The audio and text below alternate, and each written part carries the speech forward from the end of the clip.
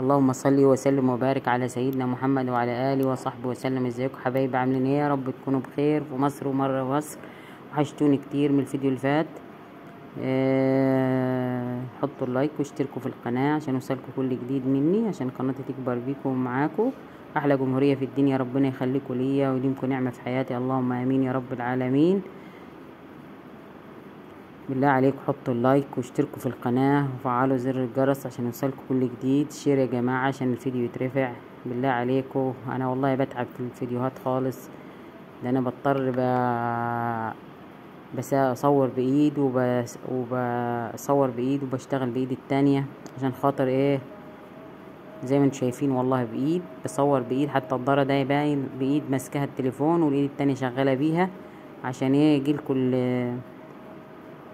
عشان اقدر اصور لكم الفيديو وانزل لكم فيديو كل يوم في عز الحر. ديكوا شايفين الحرارة وده شايفين النور اللي بيقطع كتير.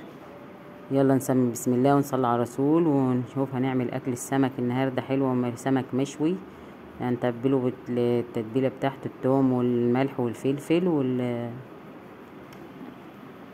زي ما انتم شايفين. طبعا هدي التتبيله بتاعته الحلوه،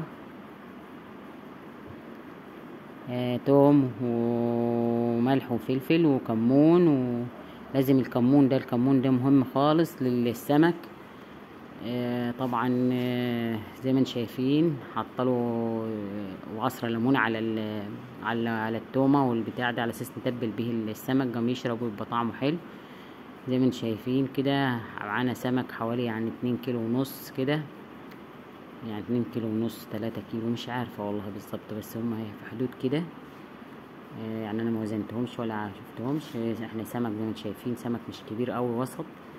هنتبلهم تتبيله حلوه بالتتبيله اللي انا عاملاها، وشايله منها انا حوالي معلقتين هنعمل بهم الصوص بتاع السمك اللي احنا بايه، التاتش الاخراني اللي احنا بنحطه للسمك.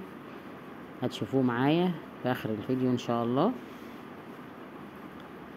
طبعا ايه تبلناهم السمكات زي ما انتم شايفين، تبلناهم تتبيله حلوه كده خالص اهو، شربناهم التتبيله والتومه وظبطناهم تظبيطه حلوه. هنروح نعمل ايه، طبعا جايبين لهم رده، هنتبلهم بالرده بعد كده. الرده يا جماعه دي هي اللي هي النخاله بتاعت اللي القمح اللي احنا بنطحنه عند الطاحونه، بتطلع رده. دي الرده دي بنخليها اللي هي بنتدفل بها المجارس اللي نخبز عليها العيش، اللي بنعمل بها المرحرح زي ما انتوا بتشوفوا كده. هي الرده دي اللي هنعمل بها السمك. طبعا حطيت معلقه سمن زي ما انتوا شفتوا، وهحط حوالي معلقتين زيت، واحط التومه في الحله ونديها ايه تقليبه حلوه كده لما تصفر معانا. زي ما انتوا شايفين نفس التومه اللي انا عامله بها السمك، توم وملح وفلفل وكمون وعليها، بس دي انا عصرت عليها ليمونه كامله. لو احط عليها بعد ما كده احط عليها معلقه خل عشان ايه تبقى طعم وريحه حلوه خالص. طبعا نستنى التومه ما تصفر كده شويه ونحط عليها الفلفل الاخضر. الفلفل الاخضر ده قرنين فلفل انا مقطعاهم تقطيعه صغيره زي ما انتم شايفين اهو. وهنقلبهم تقليبه كويسه كده لحد ما يدبلوا، ما هنستناهمش يحمروا، هم هيدبلوا بس. ونروح زايدينهم بالطماطم، يعني مش هنخليهم يحمروا. هي هنخلي الفلفل، هي التومه اللي هتحمر، لكن الفلفل هيدي تصفيره كده، يعني دبلان كده يدبل. اول ما يدبل زي ما انتم شايفين كده هنزيده بالطماطم، وعاد نسيبهم يسبكوا تسبيكه حلوه على النار. يعني انا هسيب الطماطم زي ما انتم شايفين والتومه والفلفل ده يتسبك تسبيكه حلوه على النار كده خالص. معلش يا جماعه انا بصور والضرب يبان. بالنسبه حبايبي البوتاجاز ده ورق سلوفان، انا حطاه على ورق الومنيوم، انا حطاه على البوتاجاز عشان ايه، عشان البوتاجاز ما يتحرقش معايا ويبوظ من الجلي ومن الطبيخ ومن الاكل ومن الشرب اللي بيتعمل عليه. ده ورق الومنيوم انا بحطه وبشيله بعد كده وبمسح البوتاجاز ده له 20 سنه معايا يا جماعه، شغال 4 عيون بس مش 5، هو 5 عيون بس شغالين 4 فيه، والخمسه العين الكبيره مش شغاله. يعني انا بحاول ان انا ايه هسلكه على طول، معايا ابره بسلك بيها البوتاجاز ليه 20 سنة معايا البوتاجاز ده والله، وانا بشتغل عليه. طبعا ايه، وبحاول ان انا ايه، يعني انا هلف، يعني انا وريتكم قبل كده البوتاجاز كان جاب لي ورق ما كانش عليه ورق الومنيوم، وانا وريتهولكم كان شكله ايه، يعني منظره ايه، يعني مش بايظ ولا مفحوم ولا حاجه زي اي بوتاجاز، لا نظيف وحلو. لان انا بغسله على طول وبنضفه على طول والحمد لله. طبعا الصينيه دي صينيه برضه ليها فتره كبيره معايا والله، يعني متحمله كتير، بعمل عليها كل حاجه، بعمل عليها الفطير المشلتت، وبعمل عليها القرص الطريه، وبعمل عليها العجوه، وبعمل عليها يعني زي ما انت شفتوا كنت بعمل عليها، وشفت من اول فيديو في القناه انا عملته، كنت عاملاه على الصواني دي العجوه اللي هو البسكوت بالعجوه. يعني الصينيه دي لها ذكرى كبيره معايا، انا بعمل عليها من فتره برضي. فهي مش موسخه ولا حاجه، ده هي مع العميل مع الشغل عليها باستمرار، فتلقوها ايه، يعني زي ما انتم شايفينها كده منظرها. بس انا بغسلها والله على طول وبنضفها وبعمل عليها، والله المستعان.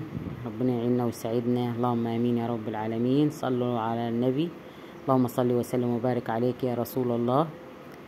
اللي وصل لحد هنا يصلي على النبي، اللهم صل وسلم وبارك عليك يا رسول الله. طبعا زي ما انتم شايفين انا بتبل السمك بالردة، تتبيلة الردة زي ما انتم شايفين، هنتبل السمك كله بنفس الكلام. دي الردة زي ما انا قلت لكم. طبعا انا مش هخلي الردة فيها، انا هتبله، يعني هعمله في الردة وبعد كده انفضه، ما يخليش ايه الردة تبقى كتيرة فيه، تبقى يعني يا دوبك ايه اللي لازق فيها بس، على اساس اما تشويه على الفرن هيبقى الردة دي ما بيناش فيه خالص. طبعا اول ما هنشويه على الفرن بعد كده هنحط له الصوص بتاعه اللي انا عملته شفتوه. طبعا نحط نفس الكمية كلها بنفس الكلام زي ما انتم شايفين كده. هتبلها كلها بالردة.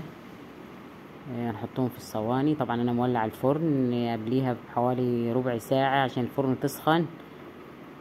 لازم الفرن تبقى سخنة قبل ما تحط السمك او اي حاجة انت عاملاها، يعني هتشوي حاجة تعمل حاجة لازم هتلز حاجة على الفرن، لازم الفرن تكون مولعة قبليها، تعمل فطير اي حاجة لازم الفرن تولع قبليها بربع ساعة عشان تبقى سخنة وجاهزة لأي حاجة انت هتحطها في الفرن. زي ما انتم شايفين اهو هنحط السمك، طبعا الفرن سخنة، نحط السمك ما هياخدش معانا وقت، يعني هياخد حوالي نص ساعة كده في الفرن، ما هيطولش، نص ساعة بالظبط هيطلع من الفرن. طبعا انا معليه الفرن تحت وفوق على اساس ايه السمك يستوي ويبقى محمر ومشوي، يعني مشوي حلو. انا اللي هيرجع في الفيديوهات بتاع الزمان هيشوفني ان انا شويت السمك ده كذا مرة، يعني مش مرة واحدة، كذا مرة ان انا اشوي السمك ده على الفرن. ولا في سمك لزناه على الفرن اللي هو السمك اللي هي القراميط ده، لزناه على الفرن برضي بالرز والتقلية بتاعته. طبعا ادينا هنشوف السمك هيطلع ولا لا، طبعا لسه عايز شوية برضي، هنخليه شوية تاني وبعدين نطلعه من الفرن.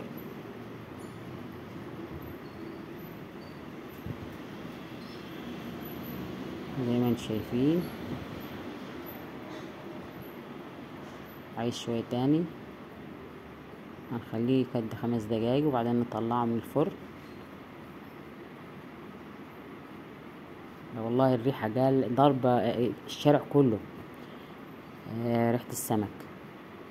خلاص طلعنا السمك كده خلاص واستوى، هو بقى حلو وطعمه حلو، والهنا والشفا كل اللي كل منه. متنسوش يا جماعة اللايك والاشتراك في القناة عشان يوصلكوا كل جديد مني.